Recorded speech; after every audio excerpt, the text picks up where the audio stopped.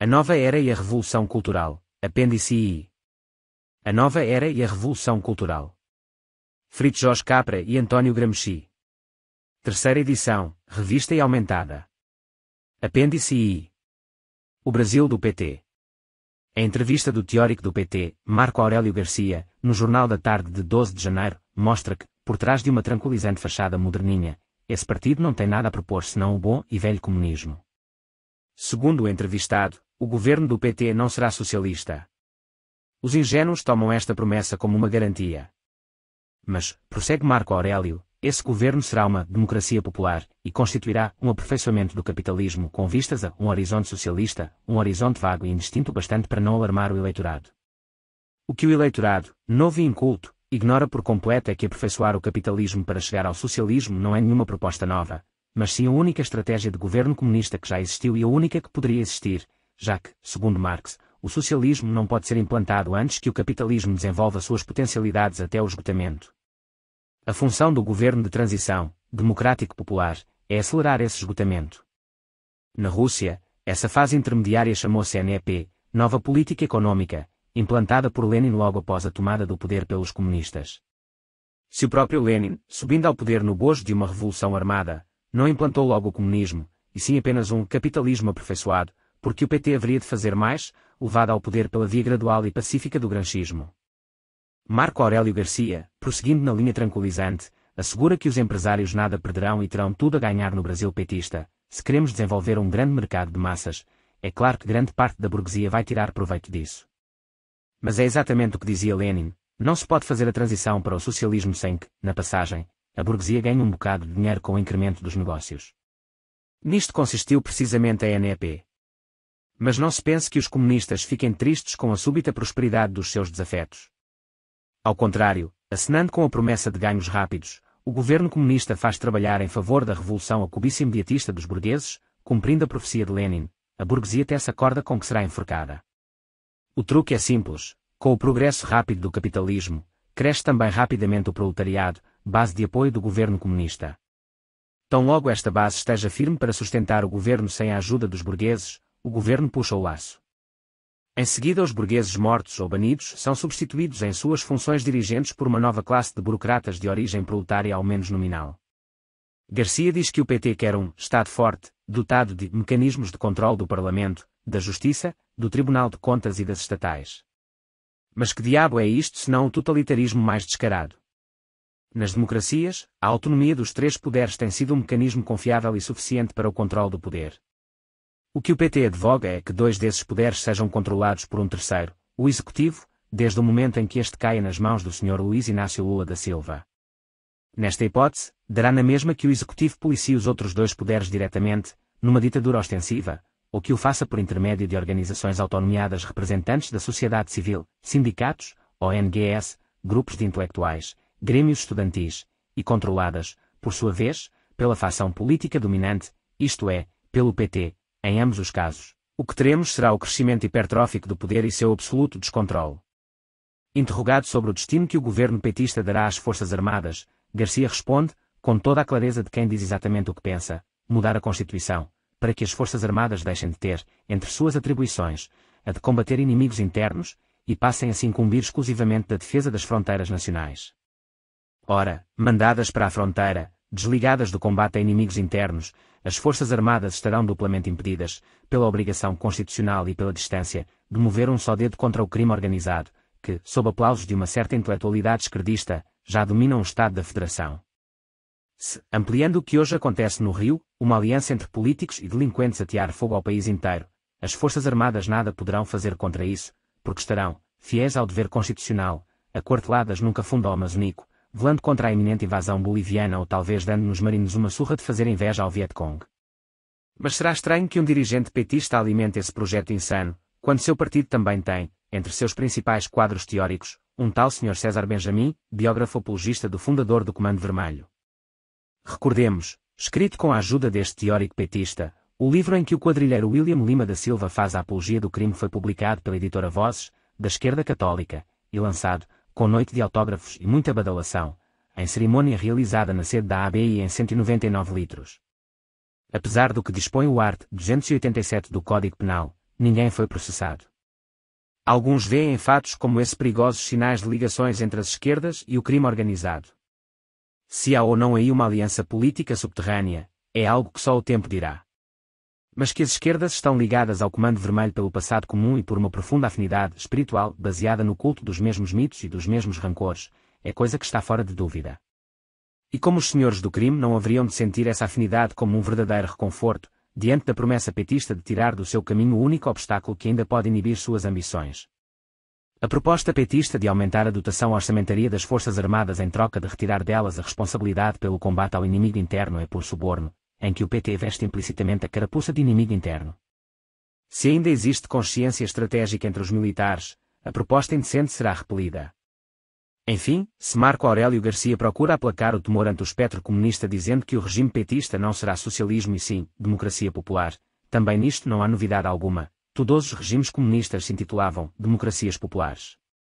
O PT, seguindo a lição de Hitler, não se dá sequer o trabalho de ocultar o que pretende fazer, anuncia seus planos abertamente, contando com a certeza de que o wishful thinking popular dará às suas palavras um sentido atenuado e inocente, sem enxergar qualquer periculosidade mesmo nas ameaças mais explícitas. Afinal, quanto mais assoberbado de males se encontra um povo, mais ansioso fica de crer em alguma coisa e menos disposto a encarar com realismo a iminência de males ainda maiores. Nessas horas, a maneira mais segura de ocultar uma intenção maligna é proclamá-la cinicamente, para que, tomada como inverossímil em seu sentido literal, seja interpretada metaforicamente e aceita por todos com aquela benevolência compulsiva que nasce do medo de ter medo. Quando Hitler prometeu dar um fim aos judeus, também foi interpretada em sentido metafórico. A predisposição da opinião pública para não enxergar o risco evidente nasce, por um lado, da própria hegemonia que as ideologias de esquerda exercem sobre o nosso panorama cultural, impondo viseiras psicológicas mesmo a pessoas que, politicamente, divergem da esquerda. A política é apenas uma superfície da vida social, e de nada adianta divergir na superfície se, no fundo, nas convicções morais, nos sentimentos básicos, nas atitudes vitais elementares, copiamos servilmente o figurino mental do adversário. Nasce, por outro lado, da ilusão de que o comunismo está morto. É um excesso de ingenuidade, ou, talvez, medo de ter medo, supor que o fracasso do comunismo no leste europeu liquidou de vez as ambições dos comunistas em toda parte. O ressentimento move montanhas, dizia Nietzsche.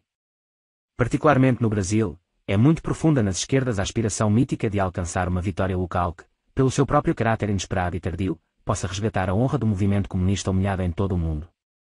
Permitir que o PT realize seus planos de democracia popular, sob o pretexto de que o comunismo é um cavalo morto, é arriscar-se a um coice que provará a vitalidade do defunto. Ademais, o movimento das ideias no Brasil não acompanha para a sua evolução do mundo, mas fica sempre atrás.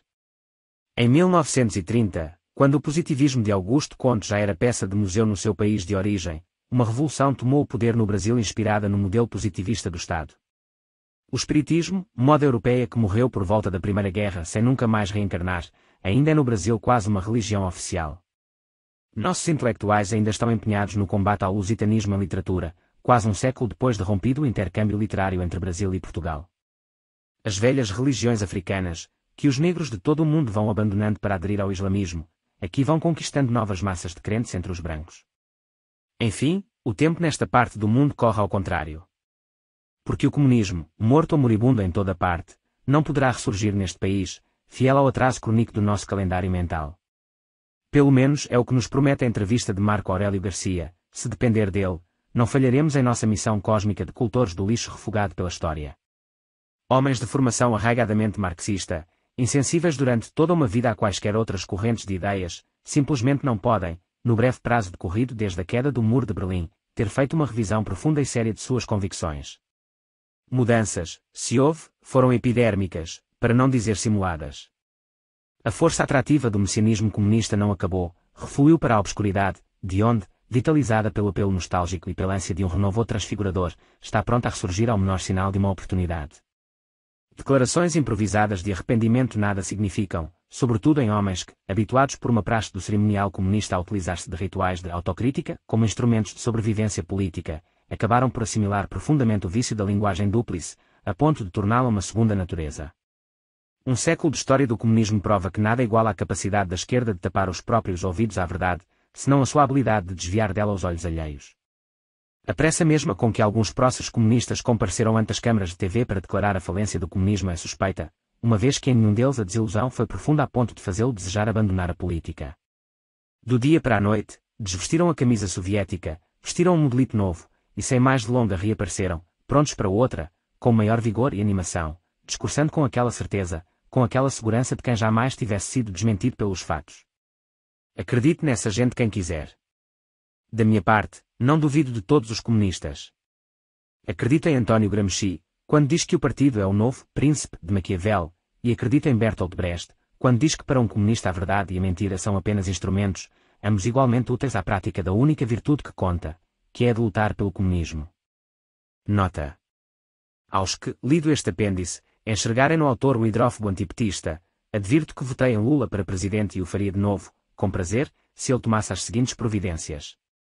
Banir do seu partido o elenco de vedets intelectuais que, formadas numa atmosfera marxista, e apegadas a ela como um bebê à saia da mãe, insistem em manter aprisionado nela o movimento socialista que anseia por novas ideias. Exorcizar de vez os fantasmas de Marx, Lenin, Debré, Althusser, Gramsci e tutti quanti, e permitir que a ideia socialista cresça livre de gurus e totens. Quando Lula diz que nossas elites viveram com os olhos voltados para a França e a bunda voltada para o Brasil, não percebe ele que isso é uma descrição exata da elite intelectual petista, e esquerdista em geral. Reprimir o uso de táticas de movimento clandestino e revolucionário, que são indecentes num partido que professa conviver democraticamente com outros partidos num Estado de Direito. Infiltração, espionagem, delação, boicote moral podem ser necessários e inevitáveis a um movimento de oposição que queira sobreviver numa ditadura. Em regime de liberdade, são práticas intoleráveis, principalmente em políticos que posam de professores de ética. Quando os apóstolos da ética citam como um exemplo para o Brasil que os americanos fizeram com Nixon após o caso Watergate, esquecem de dizer que Nixon não caiu por causa de um desvio de verbas, mas por causa da prática de espionagem. Se a corrupção é um crime, a espionagem é um ato de guerra, que destrói, pela base, o edifício democrático. Lula é um homem decente, como disse Francisco Effort, é alguém maior do que o seu partido.